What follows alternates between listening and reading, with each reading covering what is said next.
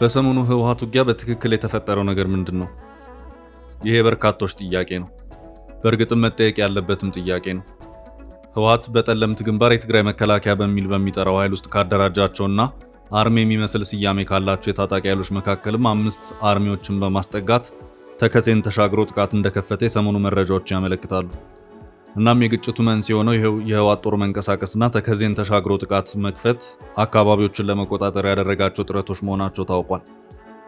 ህወሓት በዚሁ ግንባርም አርሚ 11፣ አርሚ 24፣ አርሚ 33 እና አርሚ 60 የተባሉ ኃይሎችን አሰማርቶ የነበረ መሆኑን የታወቀው እስከ ትላንትም ባደረጋቸው ውጊያዎች ይህ ነው ሊባል የሚችል ውጤት ያስመዘገበበት ሁኔታ የሌለ መሆኑን ከስፍራ የወጡት መረጃዎች እያመላከቱ ነው። በተደጋጋሚ ገንብቶ በማስረከብ በደንበኞቹ የተመሰከረለት ዳኮርድ ሪል ስቴት አሁን ደግሞ በመሃል አዲስ አበባ ጀሞ አንድ የሚገኘው ሳይት ላይ ግንባታ ሂደታቸው 40% የደረሱ በአንድ ዓመት ብቻ የሚረከቧቸውን አፓርትመንቶች ከ70/30 የባንክ ብድር ጋር አቀረበላችሁ።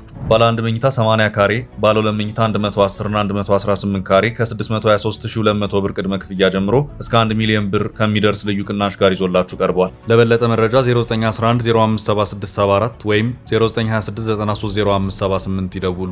ዳኮርድ በልዩነት የተገነባ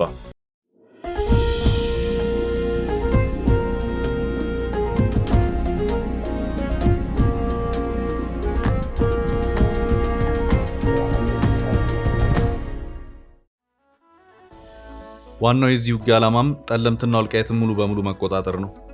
በምዕራቡ አቅጣጫ በመጀመሪያ ጠለምትን ከዚያም ወልቃይትን እንቆጣጠራለን በሚልም በመጀመሪያ በጠለምት ላይ የተከፈተ ውጊያ መሆኑንም መረጃዎቹ አመልክተዋል። በዚህም የህወሓት የተለያዩ አርሚ የተባለው ኃይል በምስራቅና ምዕራብ ጠለምት በተባሉ ሁለት ቦታዎች ላይ ጥቃት ከፍቶ የነበረ መሆኑ ታውቋል።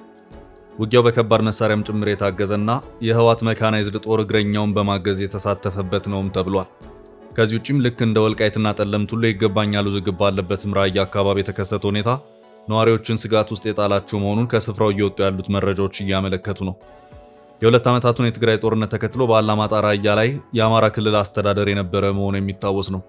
ሆኖም ይህ አስተዳደር ፈርሶ አካባቢውን በትግራይ ስር የሆነበት ሁኔታ የተፈጠረ ሲሆን በፌዴራል ኮማንድ ፖስት ስርም ነበር። መከላከያና ፌዴራል ፖሊስ በቦታው ነበሩ። አሁን ባለው ሁኔታ ግን መከላከያን ጨምሮ የአካባቢው ፌዴራል የጸጥታ ኃይሎች አካባቢውን ለቀው የወጡ መሆኑን የቢቢሲ አማርኛው ድረገጽ ዘገባ አመልክቷል። የፌዴራሉ የጸጥታ ኃይል ከአላማጣ ራያና አካባቢ መውጣቱንም ተከትሎ በህወሓት ታጣቂዎች ጥቃት ሊደርስብን ይችላል፣ በወታደራዊ አፈሳም ወደ ስልጠና ጣቢያዎች፣ የውጊያ ግንባሮች ልንወስድ እንችላለን በሚል የሰጉ ነዋሪዎች ለቀው እየወጡ መሆኑ ታውቋል። የአላማጣ ነዋሪ እንዲሁም የቀድሞ የአካባቢው ባለስልጣንና በትግራይ ጊዜያዊ አስተዳደር ስር የአላማጣ ከተማ ከንቲባ የነበሩት አቶ ዝናቡ ደስታ በከተማው ውጥረት መኖሩንና ነዋሪዎች እየሸሹ እንደሚገኙ ለቢቢሲ አማርኛው ድረገጽ ተናግረዋል። ስማቸው እንዳይጠቀስ የጠየቁ ቢቢሲ ያነጋገራቸው ግለሰብ ከአላማጣ ሸሽቶ ወደ ቆቦ መሄዳቸውን ተናግረዋል። ነዋሪው በዚሁ ማብራሪያቸውም አሁን ቆቦ ነን፣ አልጋ የሚባል የለም፣ በጣም ውድ የሆኑ አልጋዎች ብቻ ናቸው የቀሩት ያሉ ሲሆን ቤተሰብ ያለው ቤተሰብ ጋር ወይም አልጋ ለ2ም ለ3ም ይዞ ይገኛል ሲሉም ተናግረዋል። አብዛኛው ወጣት እየወጣ ያለው ታፍነው ወደ ጦር ሜዳ እንዳይሰለፉ ለማምለጥ ነው፣ ሁሉም መሸሽ ነው የሚፈልገው ሲሉም አክለዋል። ሐሙስ ጠዋት በአንድ መኪና የወጡ ሰዎች እንደነበሩ ጠቅሶ አሁን መኪናም ታግዷል፣ አያስወጡም፣ ንብረትም ይዞ መውጣት አይቻልም ብለዋል። ህወሓት በዚሁ አቅጣጫ በአፋር ክልል የትግራይ ሰላም ኃይል ወይም ቲፒኤፍ ተብሎ የሚጠራው ኃይል ጥቃት ሊሰነዝርብኝ ይችላል የሚል ስጋት ያለው መሆኑም ታውቋል። በዚሁ ግንባር ስምሪት የተሰጠው ጀነራል ጆን መዲድ የተባለው ሰው ነው። የጠለምቱና የወልቃይቱ ግንባር በጀነራል ምግብ የሚመራ ነው። ጀነራሉ በ2 ዓመታቱ የትግራይ ጦርነት በዚህ የወልቃይት አቅጣጫ ተደጋጋሚ ውጊያዎችን አድርገው ምንም ድል ሳይቀናቸው ከእልቂት የተረፈውን የህወሓት ጦር ወደ ተከዜ ማዶ አሻግረው ወደ ትግራይ የመለሱ ሰው ናቸው። ጥቃት የከፈተው ህወሓትም ሆነ በጀነራል ታደሰ ወረደ የሚመራ የትግራይ ጊዜያዊ አስተዳደር ስለዚሁ ጠንከር ብሎ በግንባር ደረጃ ስለተካሄደ ውጊያ ምንም ነገር ከማለት ተቆጥበዋል። ጀነራል ታደሰ የሚመሩት የትግራይ ጊዜያዊ አስተዳደር ከፌዴራል መንግስቱ ጋር ግንኙነት ያለው ቢሆንም አሁን ያለው እንቅስቃሴ ጊዜያዊ አስተዳደሩ የህወሓትና የትግራይ መከላከያ ሰራዊት ቅንጅት መሆኑን ከሰሞኑ አንድ ገብረ ጻድቅ የተባለው የህወሓት ቃል አቀባይ አስቀድመው የተናገሩበት ሁኔታ ታይቷል። የርምበር አብዙ መኸተ ዕንቁ ዝበሃሉ እቶም ናይ መኸተ ሓይልታት ዝበሃሉ ተበዓል ዋና ህዝቢ ትግራይ ከም ዘለዎ ኮይኑ ውድብ ህዝባዊ ሓርነት ትግራይ ኣሎ፣ ሰራዊት ትግራይ ኣሎ፣ ጊዜያዊ ምሕዳር ኣሎ፣ ህዝቢ ድማ ከም ህዝቢ ኣሎ። እዚኦም እቶም ናይ መኸተ ሓይልታት ዝበሃሉ እዚኦም እዮም። የሆነች ነገር ኮሽ ስትል በአፋጣኝ ክስተቱን የሚናገረው ህወሓት በከባድ መሳሪያ የታገዘ ጥቃትን በከፈተበት ሁኔታ ለምን ዝምታን መረጥ የሚለውን በራሱ አንድ ጥያቄ ነው። ቢያንስ በተለመደው አኳኋን ነገሩን ገልብጦ ለምን ጥቃት ተከፈተብኝ አላለም የሚለውም እንደዚሁ ሌላኛው ጥያቄ ነው። ህወሓት ከሽሬ ጀምሮ ወደ ጠለምትና ወልቃይት አቅጣጫ ወደ ተከዜ ወንዝ ታጣቂዎችና ከባድ መሳሪያ ሲያስጠጋና ሲያንቀሳቅስ እንደነበር ቀደም ያሉ መረጃዎች ሲያመለክቱም ነበር። ከዚህ አለፍ ሲልም ደግሞ አንድ የሆነ ነገር እንደታሰበ የሚያመላክት መግለጫ የቀድሞ የህወሓት ጦር ቃል አቀባይ ገብረ ጻድቅ ግጭት ሊቀሰቀስ እንደሚችልና ህወሓትም ለዚህ ጉዳይ የሚያበቃውን ዝግጅት እያደረገ እንደሆነ የሚያመለክት ፍንጭ የሰጡበት ሁኔታም ታይቷል። ሰውየው ወይን ከተባለ የህወሓት ልሳን ከሆነ የበይነመረብ ሚዲያ ጋር ባደረጉት ቆይታ በተለይ ከወልቃይት ጋር በተያያዘ ትዕግስታችን እያለቀ ነው፣ ትዕግስትም ልክ አለው የሚል ይዘት ያለውን ሀሳብ የሰጡበት ሁኔታ የታየ መሆኑ የሚታወስ ነው።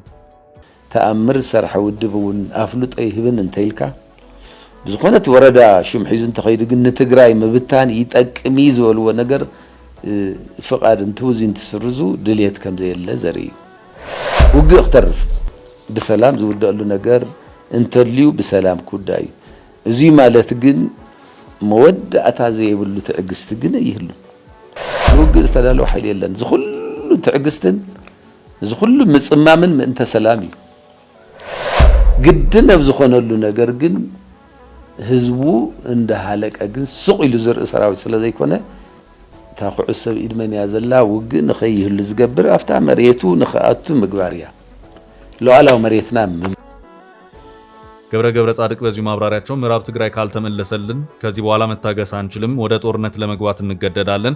የትግራይ ህዝብ ያልገዛም ባይነት ታሪኩ ደምቆ የሚታይ ታሪክ ነው። ቀድመን ስንሰራበት የነበረው ጉዳይ ብሔራዊ አንድነታችንን ወሳኝነት አለው የሚል ነው። እርስ በርሳችን በመነቋቆርና በመጠላለፍ የምናመጣው ምንም አይነት ነገር የለም። በሰላም ማለቅ የሚገባው ነገር በሰላም ማለቅ ይገባዋል። ይህ ማለት ግን ማለቂያ የሌለው ትዕግስት አለን ማለት አይደለም። የሁሉ ትዕግስት ለሰላም ሲባል ነው። ከዚህ ውጪ ግን ሉዓላዊ መሬታችንን እናስመልሳለን፣ የትግራይን ህዝብ ይዞ ሁሉም ነገር ይቻላል ሲሉም ነበር የተናገሩት። አሁንም ጥቂት እንስማቸው። እዚ ማለት ግን መወዳእታ ዘይብሉ ትዕግስቲ ግን ይህሉ ውግእ ዝተዳለወ ሓይል የለን ዝኹሉ ትዕግስትን ዝኹሉ ምጽማምን ምእንተ ሰላም እዩ ግድን ኣብ ዝኾነሉ ነገር ግን ህዝቡ እንዳሃለቀ ግን ሱቕ ኢሉ ዝርኢ ሰራዊት ስለ ዘይኮነ ታኹዑ ሰብ ኢድ መን እያ ዘላ ውግእ ንኸይህሉ ዝገብር ኣፍታ መሬቱ ንኽኣቱ ምግባር እያ ሉዓላዊ መሬትና ምምላስ እያ። የቃል አቀባዩ የቃለ ምልልስ በተላለፈበት በቀናት ልዩነት ህወሓት ወደ ተለያዩ የትግራይ ምዕራባዊ አቅጣጫዎች ታጣቂዎቹን ወደ ወልቃይትና ጠለምት የተከዜ መስመር ያንቀሳቀሰ መሆኑ ታውቋል። እናም ህወሓት ወደ ውጊያ እንደሚገባ አመላካች የነበሩት ሲያደርጋቸው የነበሩት ወታደራዊ እንቅስቃሴዎች ብቻ ሳይሆኑ ከግጭቱ ቀደም ብሎ በቃለ ምልልስ መልኩ የቀረበውን መግለጫ ግልጽ አመላካች ነበር ብሎ መውሰድ ይቻላል። ህወሓት ይህንን ውጊያ ሲከፍት የራሱ በርካታ ምክንያቶች ይኖሩታል ተብሎ ይታሰባል። ከምክንያቶቹ መካከል አንደኛው እንደቀደመው የትግራይ 2 ዓመታቱ ጦርነት ዓለም አቀፍ ትኩረትን አገኛለሁ በሚልም ይመስላል። ከዚህ ውጊያ መቀስቀስ በፊት ደብረጽዮን ለተለያዩ ዓለም አቀፍ አካላት እየደጋገሙ ደብዳቤዎችን ሲጽፉ ታይተዋል። ግን ደግሞ ከዛሬ 3 እና 4 ዓመታት በፊት የነበረው የዓለም ሁኔታና የዛሬው ነባራዊ የዓለም ሁኔታ የተለያየ ነው። እርግጥ ነው በቀድሞ የባይደን አስተዳደር ዘመን አሜሪካና አውሮፓ ትግራይን ማዕከል አድርጎ በኢትዮጵያ ለተፈጠረው ጦርነት ልዩ ትኩረት የሰጠበት ሁኔታ ነበር። አሁን ደግሞ የትራምፕ ዘመን ነው። ታሪኩም የፖለቲካ አካሄዱም እንደቀድሞ አይደለም። የህወሓት የተሳሳተ የሂሳብ ስሌትም ያለው እዚህ ነጥብ ላይ ነው። በእርግጥ የቀድሞ የባይደን አስተዳደር ከ2 ዓመታቱ የትግራይ ጦርነት ጋር በተያያዘ ልዩ ትኩረትን የሰጠበት ሁኔታ ታይቶ የነበረ መሆኑ የሚታወስ ነው።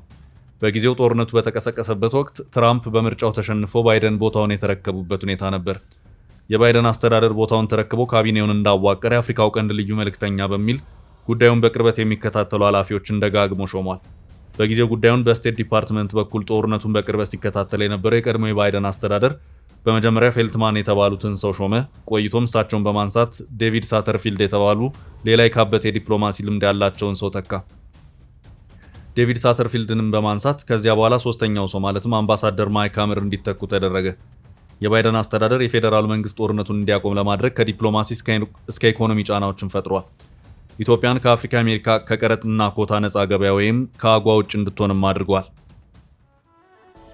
ጦርነቱ እንዲቆም በማድረጉ ረገድ የአሜሪካ ስቴት ዲፓርትመንትን ተልዕኮ ሲፈጽሙ የነበሩት የወቅቱ የአሜሪካ የአፍሪካው ቀንድ ልዩ መልእክተኛ ማይክ ሀመር በፌዴራል መንግስትና በህወሓት መካከል የፕሪቶሪያው ስምምነት እስኪፈረምም በቦታው ነበሩ። በመሃል የባይደን አስተዳደር የ4 ዓመት ቆይታውን አጠናቆ በትራምፕ አስተዳደር ተተካ።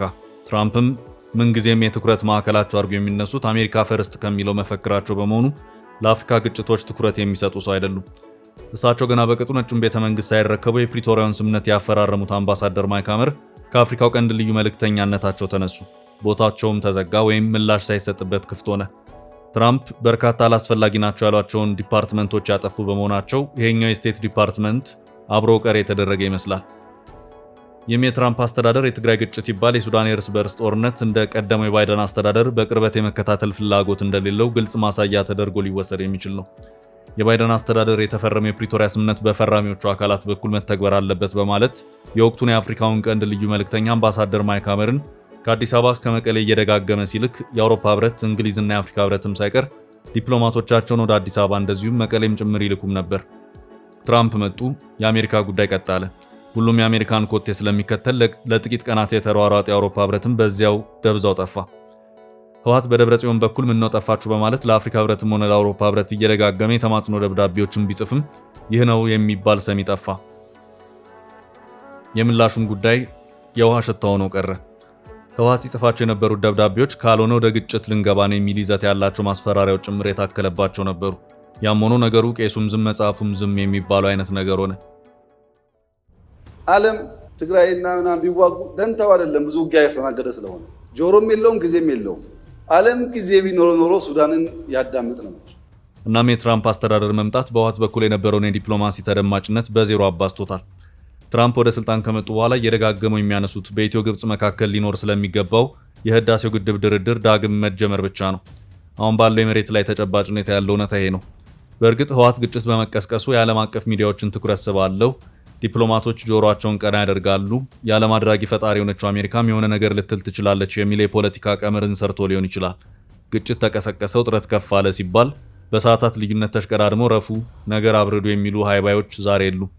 የትራምፕ መምጣት ለሁሉም የየራሳቸው የቤት ስራን ሰጥቷቸዋል። ትራምፕ ካናዳን፣ የአውሮፓ ህብረትን፣ ቻይናንና ሌሎች ሀገራትን አንድ ጊዜ በታሪፍ ሌላ ጊዜ ደግሞ በግሪንላንድና ቬኔዙዌላ ብሎም በኢራን ጉዳይ እያስጨነቁ ነው።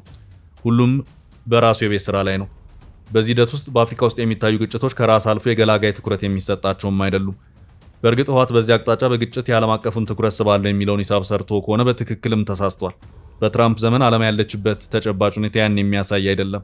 ትራምፕ አንድ ሰሞን ከኮንጎ እስከ ሩዋንዳ፣ ከህንድ እስከ ፓኪስታን፣ ከካምቦዲያ እስከ ታይላንድ ግጭት ፈታው በማለት ሲናዘዙ የነበረው የ2026ቱን የኖቤል ሽልማት ልሸለም እችላለሁ በሚል ጽኑ ፍላጎትና ጉጉት እንጂ የእሳቸው አስተዳደር ፖሊሲው ስለ ዓለም አቀፍ ግጭቶች ግድ የሚለው ነው አይደለም። በተለይ ደግሞ የአፍሪካ ግጭትን በተመለከተ የትራምፕ ግጭት አፈታት ትኩረት እስራኤልን ማዕከል ያደረገ የመካከለኛው ምስራቅ ችግር ብቻ ነው። እየሆነ ያለውም ይህ ነው። ትራምፕ የፕሪቶሪያው ስምምነት ይባል ህወሓት ከነመፈጠሩ የሚያውቁት ነገር የለም። እንደ ቀድሞ የባይደን አስተዳደር እንደዚህ አይነት ዝርዝር የአፍሪካ ፖለቲካ ውስጥም የመግባት ፍላጎት የሚኖራቸውን አይታይም። እናም ህወሓት አልተፈጸመም፣ እንደዚሁም ቀረ ያለውን የፕሪቶሪያውን ስምምነት እንዲፈጸም ለማድረግ ግጭት ቀስቅሶ ትኩረትን በመሳብ የዲፕሎማሲ ጫናዎችን እንዲከተል አድርጋለሁ የሚለው ሂሳቡ አሁን በትክክል ተፈትኖ የወደቀ ይመስላል። በሰሞኑ ተቀሰቀሰ በተባለው ግጭት ዙሪያም በዓለም አቀፉ ማህበረሰብ በኩል ማንም ምንም ሲል አልታየም። በትግራይ ከሚንቀሳቀሱት ፓርቲዎች መካከል አንዱ የሆነው ሳልሳይ ወያኔ ለተባበሩት መንግስታት ድርጅት ዋና ጸሐፊ እንዲሁም ለአፍሪካ ህብረት ዋና ጸሐፊ መሐመድ አሊ ዩሱፍ እንደዚሁም ለአሜሪካ የውጭ ጉዳይ ሚኒስትር ማርኮ ሩቢዮ ይድረስልኝ በማለት የተማጽኖ ደብዳቤ ጽፏል። ደብዳቤው አፋጣኝና አስቸኳይ በሚል የተጻፈ ሲሆን በትግራይ አንዣበበውን ጦርነት ለመቀልበስ ፍጠኑ ሲልም ተማጽኖውን አሰምቷል።